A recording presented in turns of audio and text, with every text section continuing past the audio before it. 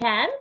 And I'm the facilitator for this morning. Not that I know much about composting, but because I'm very interested in the topic. And we've got an amazing co-learning team, many of whom are here this morning. Vicky, Ella, Marcella, Kyla, who have helped us put together the session and who I'm very grateful for. We've also got a great lineup of 5 speakers this morning. So composting is hot property. And we're going to get different perspectives from different people on how composting can be done in small spaces, bigger spaces, and things that you might have available. So what I would like to ask in terms of administration, if you're new to Zoom, I'm going to ask you to go to the bottom of your screen and to click the chat box so that you can see the chat box on your right. And if you click participants, you will be able to see people's names. That's perhaps more important for me as the facilitator to see if there's hands up. We're going to use the hands up function for the questions, and I'm hoping there's going to be lots of questions and discussions on this topic. And I would like to ask if there are any objections to us recording this important session. What we usually do with this co-learning sessions are to record them, and then we put them up on the Facebook page so that everyone can access them. Okay, I'm seeing some thumbs up. I'm not seeing any objections. Vicky, if I can ask you, you've already done it. Thank you. Vicky's on the ball. Then without much further ado, we're going to launch into our 5 speakers, and I'm going to ask Erica if she could just say a few introductory words about the great food plant group that have, I think, has been established only a week ago, perhaps 2 weeks ago, and has exploded with energy and lots of good ideas. Erica, could you tell us a little bit about the group, and then we'll go on to Nomonde to talk to us about composting. Thank you very much. My name is Erica Inches. I'm the cat herder of the Cape Town Together Food Growers Initiative. It's a community action network, collectively created, focused on joining the dots to enable growing food through community self-organization. As a collective, we intend to share information, skills, and resources freely. The current focus is to support existing food gardens, help new ones to get established, encourage and support household and guerrilla food gardening. The vision is a city-wide food forest of whatever form, for whatever works, where you are, starting now. By growing your own food, you become responsible for yourself. For everything you grow, there is less money you need to earn. This is a way to true independence and freedom. I hope the group will inspire and be a catalyst to spark many health, food-related actions to achieve food sovereignty. The time is now to emancipate yourselves. Get up, stand up, and do it. Erica, that was amazing. Thank you so much. Can I ask that if you have that written up somewhere, if you could please pop it into the chat box, and then when we upload the video to the Facebook group, we'll put that information in the description of the Food Growers group. That's amazing. Thank you so much. What a great way to start the morning. Nomonde, are you with us? I'm not seeing you on my screen. She's just connecting to audio. I can see Nomonde. You can see it. Awesome. Yeah, it just says connecting to audio. Awesome. Nomonde, are you with us?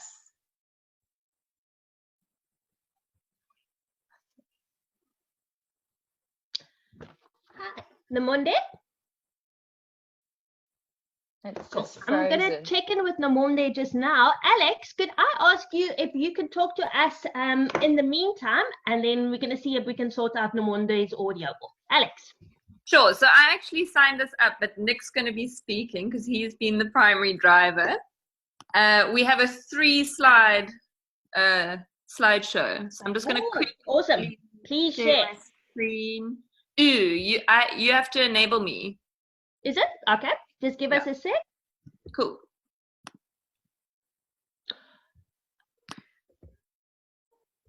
So our topic was to share composting on a slightly bigger scale, but still household.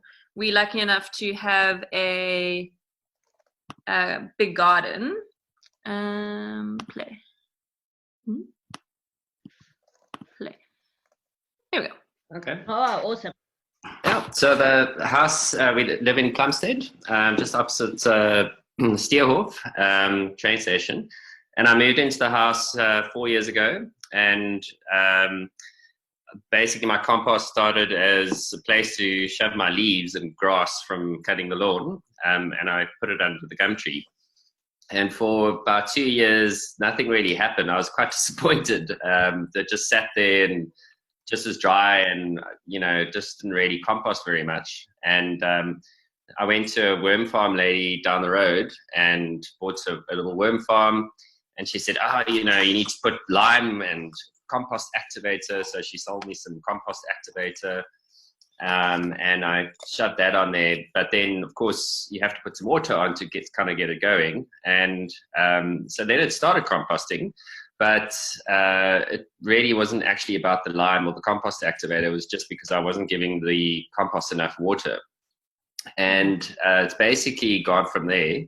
Was based all our garden cuttings and leaves and so on, and then the kitchen waste. And with the water crisis, taking all the water from the basin in. So we've got 2 tubs in the basin where all our dishwater goes into. And I then started adding that to the compost daily. And that was the trick, was just keeping it moist. It doesn't have to be hugely moist. It's just enough to get the microorganisms going and that they can get going in the compost.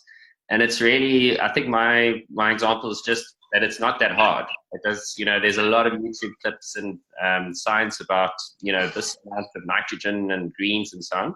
But by having it just in a big pile and mixing it regularly with a pitchfork and throwing kitchen waste in there and regularly throwing water onto the compost, it composts down leaves and grass and so on. And from about 6 weeks, you can start harvesting compost from the pile into the garden. So I'm just going to speak to the photos. So this part of the garden was nothing at lockdown. It was literally just some shrubs and grass. And then we wanted to quickly create a bigger vegetable garden. But then we had a small pile of compost. And then after we made those 3 kind of raised beds, that's number 3, we ran out of our compost. So we had to start again with obviously no budget and no shops open. And so we literally, we started sweeping the streets outside. And then we started on that 21st of April. We then had, I think it was 3 loads of the bin of leaves from the street. We started getting little offerings from our neighbors because they would clean or sweep their gardens and then come and bring us their leaves.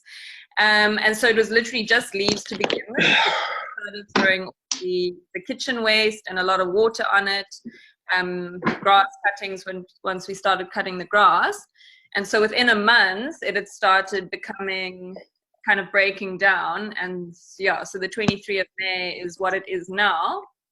Which is pretty good for after a month. And I really like that graphic that someone shared in the group, because that's basically more or less what we throw on. We are lucky where we don't have rat issues, so we do also throw our meat waste, and where we can, we always try and burn it on the braai before and then put the coals on once they're cool. But yeah, so that's our story of zero budget composting. And it could be a bit finer grained, it is just, normal stuff from the streets and so on, the leaves and so on. So you could technically take a weed whacker and cut the leaves down a bit finer, and that would help it compost even faster. But for a veg garden, we found that after 6 or 8 weeks of this kind of compost, it was fine. So we got a very healthy raised bed, and we just shove as many earthworms in there that come out of the earthworming farm, and yeah, it's great. Yeah. Alex and Nick, thank you so much. I think there's going to be lots of questions for you. The photos are really inspiring. Thank you so much. I am just going to check in on Monday. Were you able to connect to the audio? Okay, I think we'll keep on trying with Monday. Can I ask Mwande if Mwande can speak to composting, and they can? Hi, hi Mwande. I'm just gonna connect Mwande through here because we're having problems with Zoom. Thank you. Thanks so much, Vicky. Yeah, I don't know. You're on a call here. Hi Mwande, thank you so much for joining us. Thank you so much. Morning, everyone. Mwande, please go ahead. Please tell us what can you are from. Pardon? Which can are you from? I am from Strand, in Asanda village. I am the manager of the Africa Yam project. Excellent. Please tell us about composting. Yeah, so in my garden, I used manure mostly. So we started the project last year in July. It was a clay soil, so we had to put a lot of organic material. So luckily, there's a ground that is next to the garden. So we collect the manure using wheelbarrows. So we filled the entire garden area with the manure. Mostly it's goat manure, but later on we added also cattle manure. And then we mixed thoroughly and removed stones, which were a lot. There was a lot of stones. So that is what we did. Roughly what we did in soil preparation was to dig 20 centimeters depth, and then we removed the stone in that area just to make sure that the roots are able to penetrate through the ground. And that is the first season was successful. We planted broccoli, cauliflower, beetroot, and spinach. They were successful, and then again, it's always been working for us. So recently, we've been adding now horse manure, which is also nice because we found out that the soil is still compact, so it wasn't giving a full potential of the plant. So now that it's soft, I think from the pictures that I've been sending in the group, it looks good. It looks like there's a big difference, a huge improvement. So yeah, that is the Africa Yam. That's awesome. Thank you so much, Mwande. I'm sure you will get lots of questions. I'm going to ask Michelle, would you like to talk to us a little bit about Scarborough? Hey. Hi, everyone. Can you hear me okay? I think I'm good. Thank you. Great. Thanks for the opportunity. And also just to acknowledge on the call, we've got Kelson, who's also from Scarborough. And Kelson, wave Kel, he's actually the initiator behind this community compost idea that we have created. I'm going to try to be as brief as possible, but there's a lot of info to share with you. About 3 years ago, we started our community composting. And it came from not with the idea of food gardening, because we had challenges with a baboon population here that didn't enable us to do necessarily food gardening. So that wasn't the intention behind the composting. What it actually was creating environmental awareness about our global issues and bringing them right down into our households. So we went into this through looking at the waste stream, looking at the fact that our landfills are so full, that climate change can be linked to this. There's so much. So we came at it from an angle of environmental awareness. And with that, we established a little in the community, near the community center on community land. We started our little environmental center, which we call, our bio center. And on that, we started with a very small composter. We started simultaneously with inviting people to bring their garden waste on a very, very small scale. And simultaneously, we started something that's been rolled out in the sort of southern peninsula. We started the first dog poo worm farming because, again, there was a community conflict with dog poo. And so with all of this, we see waste as a resource. And that's what we've been addressing. So we sort of came at it from quite a different background, but we now have 3 years of experience.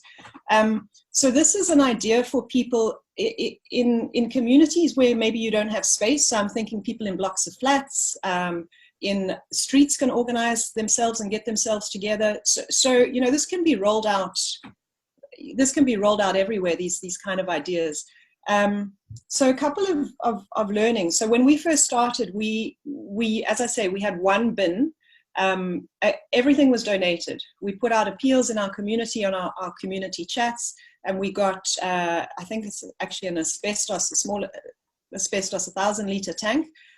Kel, jump in, you know, anytime with accuracy of detail, but it was one tank, and we invited literally friends, 10 households, to pilot this with us, and gave them like an ice cream container to have at their home, and then bring that in whenever. There was no set day to do anything, just come in and top that up. And then we had, you know, brown waste on the side, your carbon, and the idea was, you know, throw that stuff, throw in your kitchen waste, and then cover it. And then you know, it escalated pretty quickly because we filled that bin up pretty fast. And then we got another donation of another bin, and another and another. If you look at our Facebook page, you can see we now have about 2,000 or 5,000 litre water tanks that have been converted, damaged water tanks that we've turned into composters. The exact style of composting, obviously we learned, well, Kelson actually learned so much along the way of the different methods, because we moved away from worm farming. We still do worm composting with the dog poo, but on the kitchen waste, the scale got so big that we had to go into another system. So you know, horse manure is involved, and soldier flies and all of that. So that's just been learning. None of us were experts, and frankly, I'm still no expert in all of this. Of course, like other learnings is that it's because we work with our diverse community, people are often the strongest and then also just the weakest link. So we had to modify things as we go along. We're at a stage where it's got so big and everybody's got much bigger bins. I think they're like 15-litre bins, which we've made available through donations. And people would get really sloppy with, you know, even though we clearly mark things, they would put the fresh stuff in a bin that's actually closed. You know, when our bins are full, we have little signs and we close it off, and then open the next one. And you know, they weren't paying attention to signage, and they slop half the stuff on the way to the tank and throw only a handful of leaves rather than really cover it. So then we thought, well, make it easier for people. Obviously there's a challenge with this. So now we just have a bin swap station. So you go down there, you put your full bin down, and you take a fresh, clean one. So the whole learning is seeing where our obstacles are and how do we adjust to that? How do we adjust to the fact that the community aren't getting that, or they're finding difficulty with something? So it's constant co-learning. Yeah, challenges in community environments like this, you are going to get flies, and people are always going to put up an obstacle of flies and rats. My experience, in whatever suburb you live in, you have rats. You may not see them, but they're there. Where there's humans, there's rats. So there's ways to deal with that. We don't actually see our rats because we have snakes. So the snakes look after the rats. It's more how you deal with flies. So there are ways to do that. And as we're working with soldier flies, so we love our flies. And a lot of it's just perception and changing mindsets. And that's what's key. So that's really what we've been working on. And now we're at a point where everybody wants compost and wants to grow food. And boy, you know, we've got lots to sell, because and that's another thing. As we got bigger, we did need to employ someone for 1 hour a day to just help stay on top of things, because as a little environmental center, there's a lot going on. that not all the volunteers can manage. So we're able to be self-sustainable by selling a bag of compost to our community, and now rolling out gardens in our neighboring community and helping them with compost as well. We've actually got local resource that we're spreading. Sure, yeah, I could go on, but I'm aware of time, so I'll stop there. Hey. Thank you, Michelle. That was amazing. Kelson, is there anything that you want to add to that, or you happy? No, thank you, everyone. Nice to meet everyone, and thanks for facilitating this kind of chat. It's really amazing, and so much for we have to learn from each other. No, Michelle just she's just perfect. It's just nothing to add there. I guess maybe just a quick one. It's all about circular waste management. I think it's about communities can come together and like we learn, like from our kitchen waste turn into beautiful black compost, and that fill up our planters now, and we're growing some amazing vegetables for the community. So always stay in the community, and that's the way to do it. That's what we're learning as we go, and we love to share that with everyone and learn from everybody else as well. Thanks, Mitchell. Mitchell was perfect. Nothing to add. Thank you, Kelson. I'm seeing lots of thumbs up and compliments in the chat box. I would love to give Namonde a chance. Karen, I see you have someone there on your phone. It might be Namonde. Yes. Namonde? Thank you, my dear. Hear us? Hi, Namonde. Everyone. Can you hear us, Namonde? Yes, I can hear. Excellent. Thank you for your persistence. Please, will you introduce yourself and talk to us about composting? Okay. My name is Namonde. I am a small farmer in Mfuleni, and I grow organic vegetables and herbs and some berries, and also I'm an ecopreneur for Food and Trees for Africa, so which means I conduct some of their workshops for their beneficiaries on good agricultural practices based on permaculture principles. That's excellent. Please tell us more. Okay, so can I just talk about the composting, because I'm also aware of time? Please go ahead. The compost that I'm currently doing my home, it's suitable for small spaces on completely zero budget, especially for the communities that are on the other side of the mountain. I'm going to try and see if I can tweet my video or then you can see, because I was upload some pictures. So that one, it's a worm farm. I don't know if you're able to see it. We can't see it that well. And I'm using 25. Sorry? I say, unfortunately, we can't see the pictures that well. If you can just describe what are in the pictures, and then we'll find a way of circulating the pictures afterwards. Okay. So I'm using 25 liter buckets for my worm farm, and I just used 2 25 liters, but I'm going to share the pictures in the group as well. So I just put my garden straps in there. I don't put cooked food, and I don't put meat for the rats, to avoid the rats, and also to not attract the fly that will result into maggots in there. So I just put my organic waste, and I also don't put potatoes, I don't put onions, I don't put oranges, because they're acidic and the worms don't like that. Rather, when I do it, I take 125 liter buckets and I drill holes underneath, and I lay it with the mesh, the net mesh, and some newspapers. If you don't have newspapers, you can use cardboard, and then I put my worms in there, and then I start layering my organic waste, and I also cover it with wet newspaper to prevent flies coming in or other holes.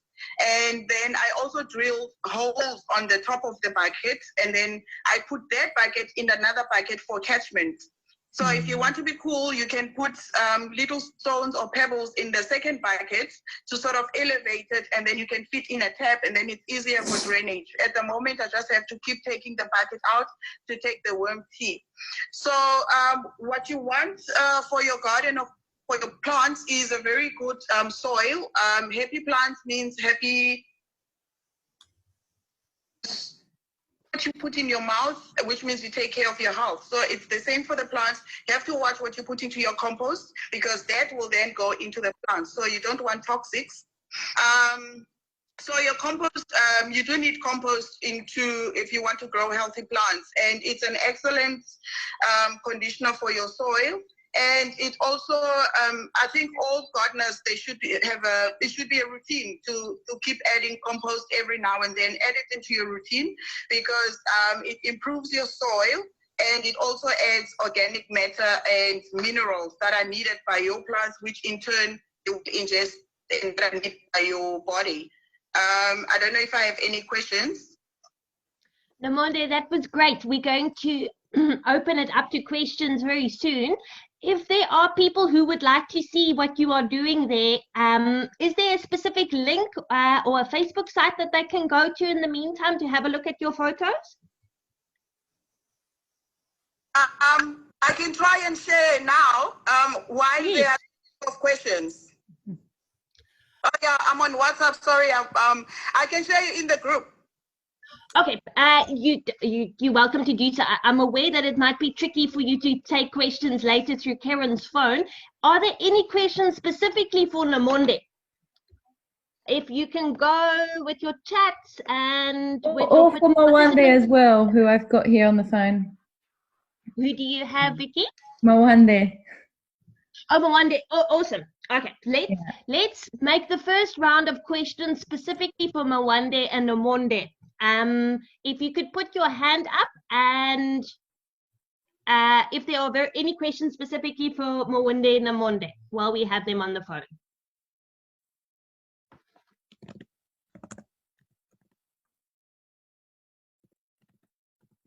Okay. I'm not seeing any questions specifically for the two of them, so let's perhaps open it up. I know there's been lots of questions typed in the chat box. I haven't been able to look through them, but if anyone has a hand up, Cornelia. Marliese, there was a good question that might go to Mwande and to, let me just check here. It says, how do you build the community compost? Do you agree with the councillor? So did anybody get councillor permission, or was it just independent? Wonderful. That's a great question. Mwande, let me know if you can answer that.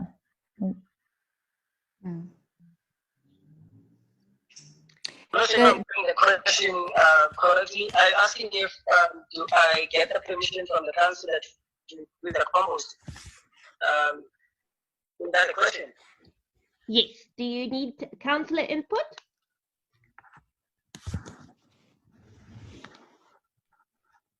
Yes.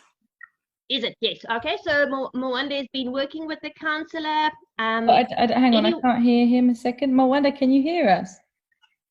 Yes, I can hear you. Yeah. So have you been working with the councillor? In terms of the garden work, no. So the people that I work with at the beginning of the project, I worked with interns from CTT. There were 5 interns that were assisting. And then the guys who own the goats that are close to the garden, and the school. So mostly I would go and talk with the guys that own the goats to ask for the manure. Initially, I used to pay 20 rand for a bag. Yeah, and then I would collect it. Yeah, and also my neighbors will come and assist. Yeah, so the garden the councillor does come to check sometimes, but in terms of the work that I am doing, no, he's not involved. So I entirely plan everything and work with the people that are available. Thank you very much, Mwande. Michelle, I see that you had you saying in the chat box that no council approval is needed. Would you like to talk a little bit about that? Okay, so I don't know the legal side of it, so I can't claim to have any. But what we did do is we approached our councillor. Where we are sort of operating is on community land, just below the community centre. And one of our big kind of grievances was lack of access to this community centre and community land. So we presented the idea of setting up our little composting area, as well as like a mini recycling station and basically the environmental centre. And we got approval for that. So I don't know that he's ever come to look. I mean, we have meetings there once a year perhaps, but I don't think he's fully aware of, I don't know, maybe Kel can say. But we did ask out of just kind of a protocol. Okay, cool. Yeah. Thank Karen Namonde, I see your hand up. Is Namonde wants to respond? Well, I just saw some questions in the chat that I think are both for Nomonde and Mawanda.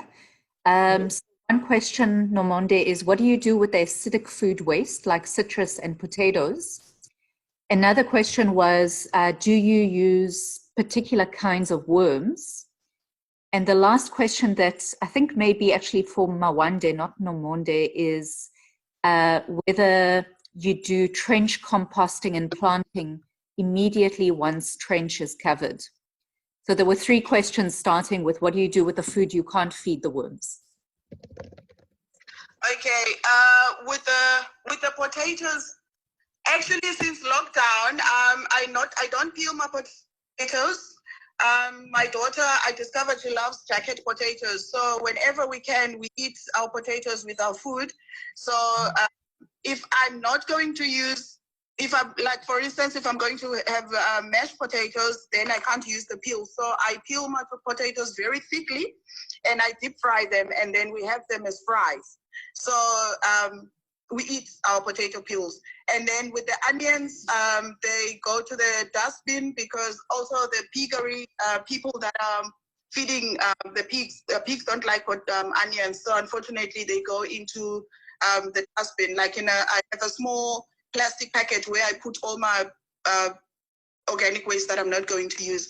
And then with the orange peels, I put them in a bottle and I put vinegar and I keep it. So if I want to clean my tabletop or if I want to clean my bathroom, and then I use that vinegar.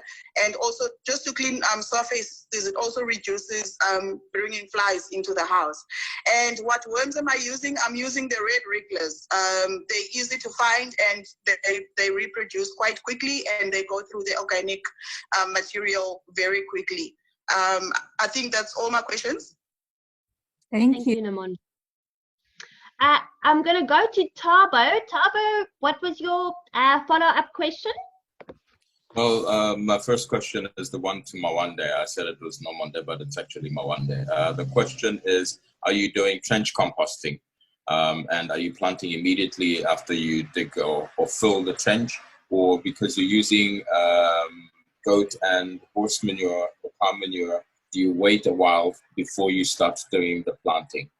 The second part to that, which was the follow-up, is are you choosing to do trench composting, if that's what you're doing, for reasons of expediency, to plant quickly, that way you don't have to wait for it to decompose, or is it because of space issues? I just want to understand why you chose this option as opposed to others. Excellent. All right, thank you, Tabo. For the question, it's for both, because I don't have a lot of space. Also for being able to plant quickly, and also to avoid insect growing to the plants from the compost, because if I would have to put a compost in the garden, it would be close to where I am planting. So I would rather just do the trench composting, where I will maybe take the goat manure this week and then I'll water the whole week after putting it and mixing with the soil, allowing it to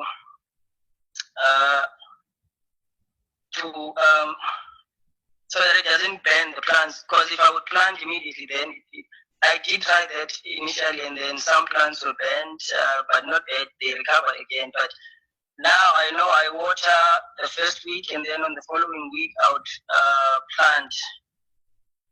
I'll start planting. So the reason for trench composting is just for time and space.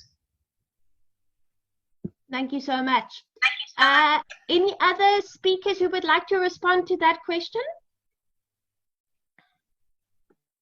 Okay. Could I ask if people could just put their hands up again for burning questions? I can see Christina is at the bottom of my chat screen. She asks about, she says compost worms can sometimes be expensive. Is that something that you need to generate some funds with to purchase the worms to probably to start up the compost? Anyone who wants to talk to us a little bit about worms? Seeing lots of advice in the chat box about getting friends with worms and getting some from them, and that they multiply quickly. Sorry, Nomonde has a feedback. Yay, please go for it, Nomonde. Yes, it's actually, I think now it's an advantage that we are in this group, because then we have created some kind of network and some community. I haven't bought my worms. I got from my fellow farmers. So that's the community that we have. We try to save money as much as possible. So we have, I want to maybe like an exchange. If I need seeds, I can ask my fellow farmers if they have that particular seeds, and then in exchange, I can give them some that I don't have, that they don't have. So it's the same with worms. I got my worms from my fellow farmers. So if there's anyone who's willing to, because I mean, you just need a handful. So people do sell them, and I believe that they're quite pricey, but you can always ask one of the farmers, can I just get a handful of worms? That is enough to start off. Thank you. Thank you, Nomonde. That's great. Margie, I see your hand up. Please go ahead. Margie, just unmute yourself. Sorry, I'm trying to unmute Margie. Margie? Yes. Please, can you start again? Thank you. So that Scarborough setup is completely inspiring and wonderful. But I just want to ask, there are those 1,000-litre bins, and then Nomonde is talking about 25-litre bins. And I've been trying to explore something in between for community kitchens and Vrygrond. So I've been trying to think about how can we create easy compost bins for the community kitchens that are generating a lot of vegetable waste every day.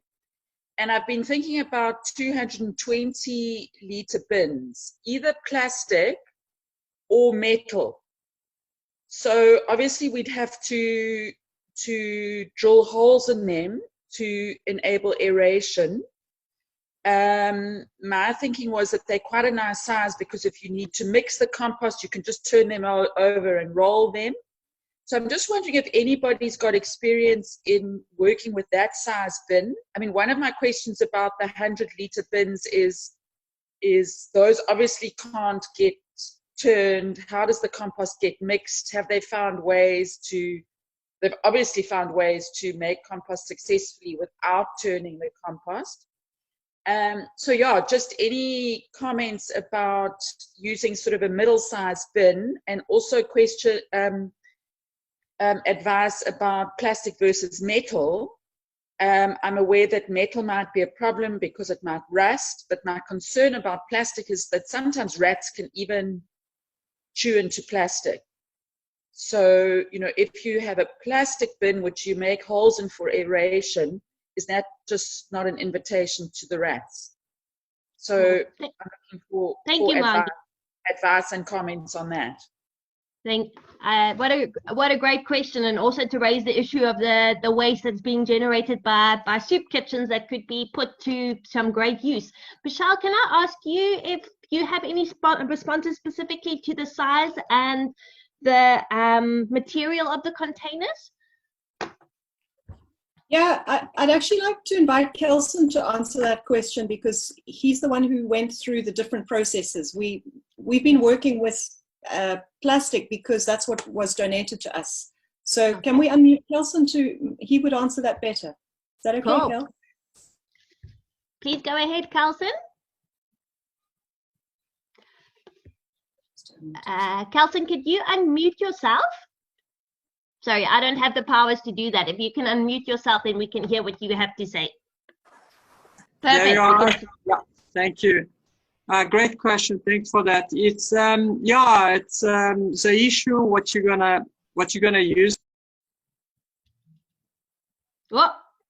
Carlson, did you swear that you put yourself on mute again? Sorry, Carlson, can you put yourself on mute again? Perhaps Carlson was using lots of spicy language and Zoom muted him by mistake. Carlson, sorry, my dear, we can't hear you. Wait, unmute. Okay. Can you hear me? I can hear you. Please go ahead. Yes, thank for the question. It's a great one, and I guess what you have to look into each community, what you have available. At the end of the day, you try to, like we live as, people help us as a donation, and we cannot be very choosy the kind of container that we get. And you're correct, plastic is an issue because the rats can go through. We got our first container, the 1,000 liters, was made of, if I'm not wrong, it's maybe fiber cement, maybe asbestos. I'm not so sure. I didn't really look into.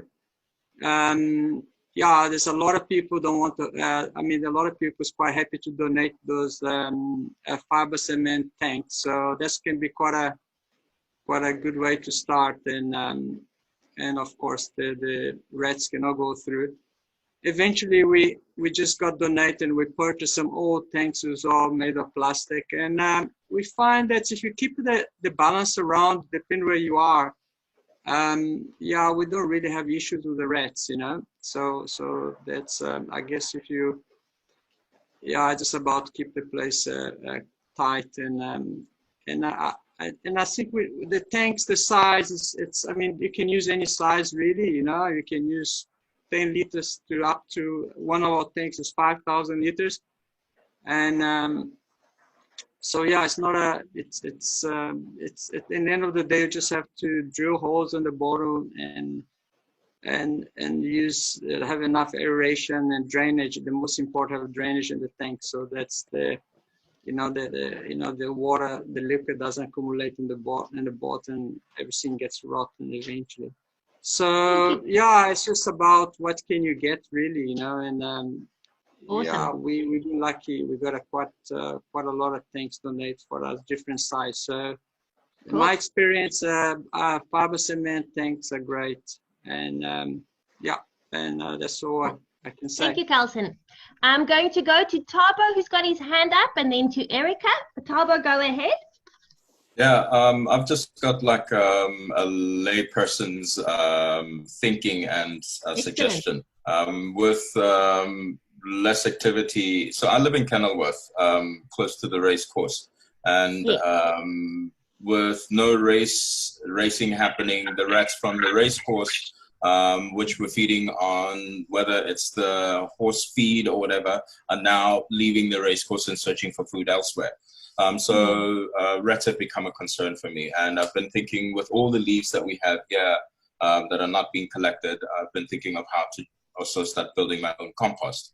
And I'm considering a metal container. So just to get back to Margie's concern or question regarding metal versus plastic, I would recommend metal if you're concerned about rats. But also using a larger container, you mentioned a particular size that then would be difficult to turn. I've been thinking of getting a drum, which I would put, so get a drum and then turn it horizontally, cut it open so that there's a lid that I can put my waste into and be able to lock it. And on each side, put anchors so that I can rotate it almost like a spit braai. That would allow me to then just turn my compost when I need to turn it periodically. So that's my suggestion. That's excellent. Thank you, Tabo. And I'm sorry to hear about all those rats coming to you from the Kenilworth racecourse. I didn't think about that. Erica, do you have any response? Yes, I just wanted to add to that is I'm probably the laziest gardener around, so I like to shred leaves, put them in the pile where I want to eventually have my bed, and I just stick some old coffee grounds in the middle of the pile. And the coffee grounds are like a starter, and everything composts happily on its own.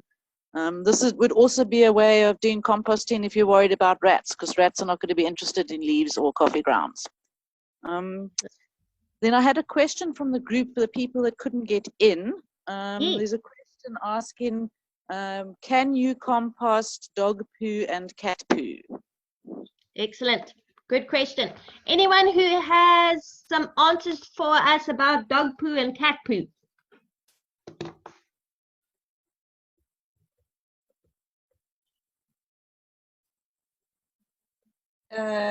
Marliese, I can answer that. Please, from go our ahead, Michelle. What we do is we compost dog poo separately to the food waste.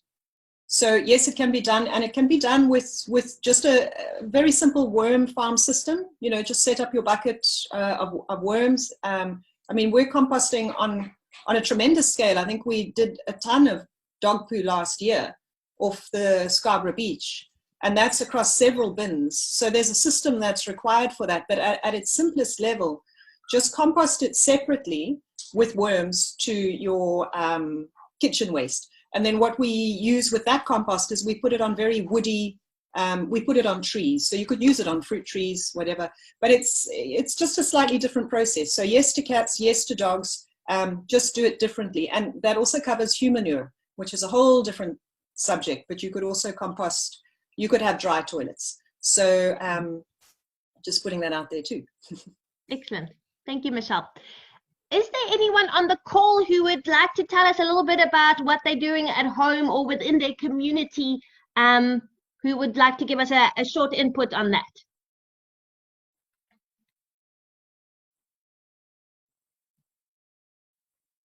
Okay, I'm not seeing anyone. We can go back to some questions for the last 5 minutes. Tabo? Well, that was just sorry. Oh, sorry, Tabo. Go ahead. Mawanda said he can add a little bit as well. Excellent. Okay. Thank you, Vicky. Let's go to Tabo, and then I'm going to go to Mawande. Yeah, I was just going to tell you very briefly about what we do at the Oudtshoorn Community Gardening Project.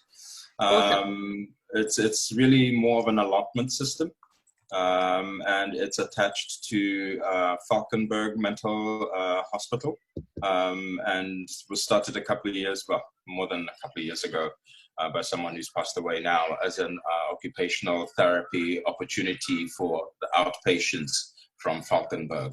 But now with lockdown, the outpatients are not able to come out and do what they were doing before, just to, keep themselves occupied. So we've been doing most of the work. They were generally just cleaning and keeping the grounds tidy, but the most important thing is that it's open to anyone and everyone, provided that there are plots open. So if anyone is interested that lives in the vicinity of Pinelands or is willing to travel, there's someone who comes from, I think, Komiki, because she finds it conducive to work there and do what she does.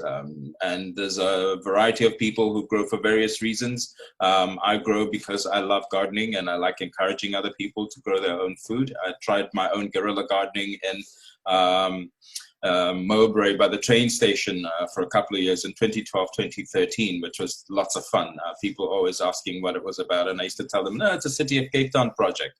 It's to encourage people to grow their own food until they chased me away from there eventually. But yeah. Anyway, so we have an allotment project that it's open to anyone, and I'm in the WhatsApp group, the growers group. So if you want to get hold of me, you can contact me through the group, and then I will pass your details on to the relevant people. We're looking for volunteers as well. If you just maybe want to come and periodically get your hands dirty and be in contact with the soil and be in an amazing heritage space. It's very healing, it's therapeutic. So yeah, just let us know. Excellent. Thank you so much. Thabo. I've got Mawande next, and then Karen, and then Mandy Lee, and then I think we might have to wrap it up. Mawande, please go ahead. Yeah, so from my side, what we are doing, we provide soup kitchens for specifically patients of Namzama Clinic. So we started that initiative last year around September. We provide a cup of soup to around, our target is 60 people, but sometimes people will arrive early. So I used to work before the lockdown at night. So we go there in the morning, 7, 8, we work. What we're also doing now is to engage schools because the garden is close to 3 schools. So they do have gardens which they used to be useful, but now they are no longer using them. So we wanted to start again, see if we can get students to work in the gardens, assisting them. So that is what we are currently doing. And I didn't mention that there's also GVI South Africa volunteers who, when they are around, they come and assist, and they've been assisting us right from the beginning. So yeah, it's GVI South Africa and the Lwandle Migrant Labour Museum. So those are the programs that we have. In terms of assistance for now, yeah, there's recycling. There's a guy who is recycling. I'm sorry, I'm speaking there, but there are 2 guys who are doing recycling. That's waste. They sell the waste so that they can, survive through the month. So they are currently staying with me in the garden. So I'm not sure how to put that in terms of making a program that is linked to the garden. I think that would need more of environmentalists specifically, but they're doing a good job because I used to have a lot of plastics in the garden. Now everything that is a plastic, they are cleaning it up. But the sad part is that those huge plastics, they have to push them to the scrap. I don't know if someone is doing a similar project and they know how this can be done easier. I don't know if there's any suggestions from your side. It would be nice and more effective. Thank you so much, Mawande. Karen, you are next. Yeah, I was just wondering, to those doing the community composting initiatives, if you have any tips on getting others inspired to join you. I reached out to some of my neighbors around something similar, and the response left me hoping for more. So if you have any tips to share, I'd appreciate it. Excellent. We'll see if we can get to that question about inspiring others to get involved. Mandy Lee, would you like to tell us about your initiative? Hi, everybody. Great to be here, and following what's been going on has been incredibly inspiring. Thanks for sharing, Michelle and Kelson. What's going on in Scarborough is phenomenal. So I've been watching it since last year, and also learning about Thabo. This is all fantastic. So Co-Create is essentially a citizen-led urban greening initiative. It was started in August last year with the intention of actually just finding a way, using greening as a means to, as a conduit to get people more responsive to each other, to the environment. And the idea was essentially to get people into mini hubs. So you, alongside a few neighbors, would be able to look at greening immediate spaces outside of your front door. And then since COVID, the whole thing pivoted to food. And we've been working with bridging the community that's been building in Co-Create. I'm in the Constantia area, but we had originally were piloting a big plant in Plumstead, and that was supposed to take place in May. And it was working alongside city councils, city parks. There were trees allocated for this area.